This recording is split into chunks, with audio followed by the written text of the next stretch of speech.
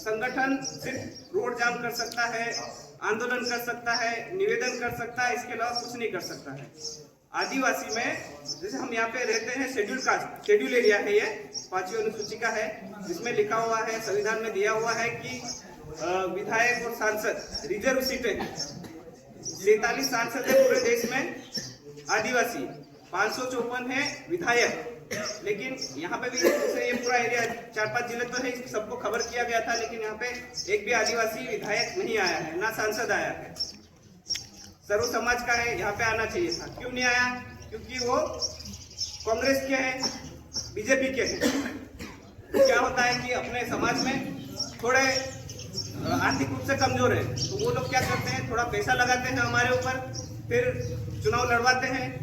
चुनाव के टाइम पे दारू बकरे जो भी लगते हैं वो खिलाते पिलाते वोट ले लेते हैं। हम खुद सोल्यूशन लेके आए हैं कि क्या किया जाए। सामाजिक संगठनों में तो हम जाते हैं और आवेदन निवेदन करते हैं, आंदोलन करते हैं, लेकिन सोल्यूशन नहीं निकलता, FIR तक नहीं करवा पाते हैं। तो हम पार्टी बनाए हैं जिसका नाम है भारतीय आजाद आदिवासी पार्टी, वाप पार्टी। हमारा ये कहना, जितने भी आदिवासी एरिया है, रिजर्व सीटें हैं, तो बीजेपी कांग्रेस में क्यों जाके लड़ना है, जब हम लड़ सकते हैं। वोट हमारा, क्षेत्र हमारा, संविधान में भी लिखा हुआ है। संविधान को पावर ही ऐसी आती है, for the people, by the people, of the people, लोगों का, लोगों के द्वारा, लोगों के लिए।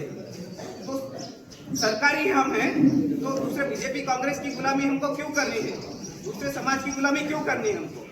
तो आने वाले समय में जितने भी अभी सरपंच के चुनाव आ रहे हैं, विधायक के चुनाव आएंगे, सांसद के चुनाव आएंगे, हम सब जगह हमारी टीम उतारेंगे। और हम चाहते भी हैं कि आप लोग हमको जो हमारी कमियां हैं वो आप बताएं। जितने भी सरकारी कर्मचारी है, अभी हमारा ये चल रहा है मेरी पंचायत मेरी जिम्मेदारी, इसके तहत हम जितने भी पंचायत में 2015 से लेकर 2026 तक जितने भी काम आए थे, सरकार के काम आए हैं।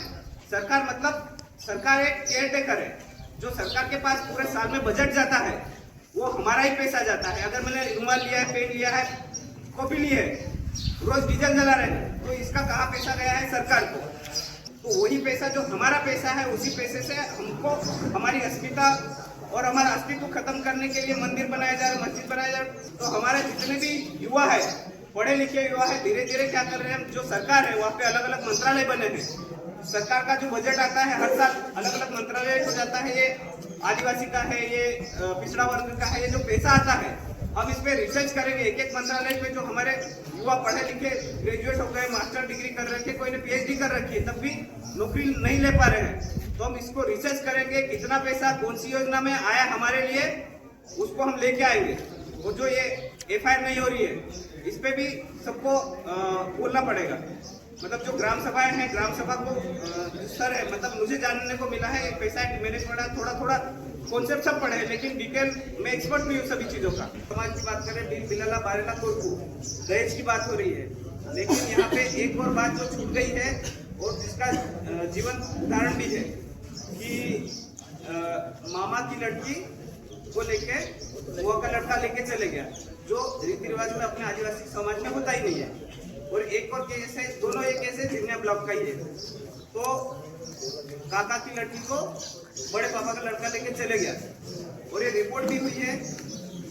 थानेदार भी आदिवासी है, SDOP भी आदिवासी है, और SP भी उस समय आदिवासी था, लेकिन किसी ने भी उसको वापस लाके नहीं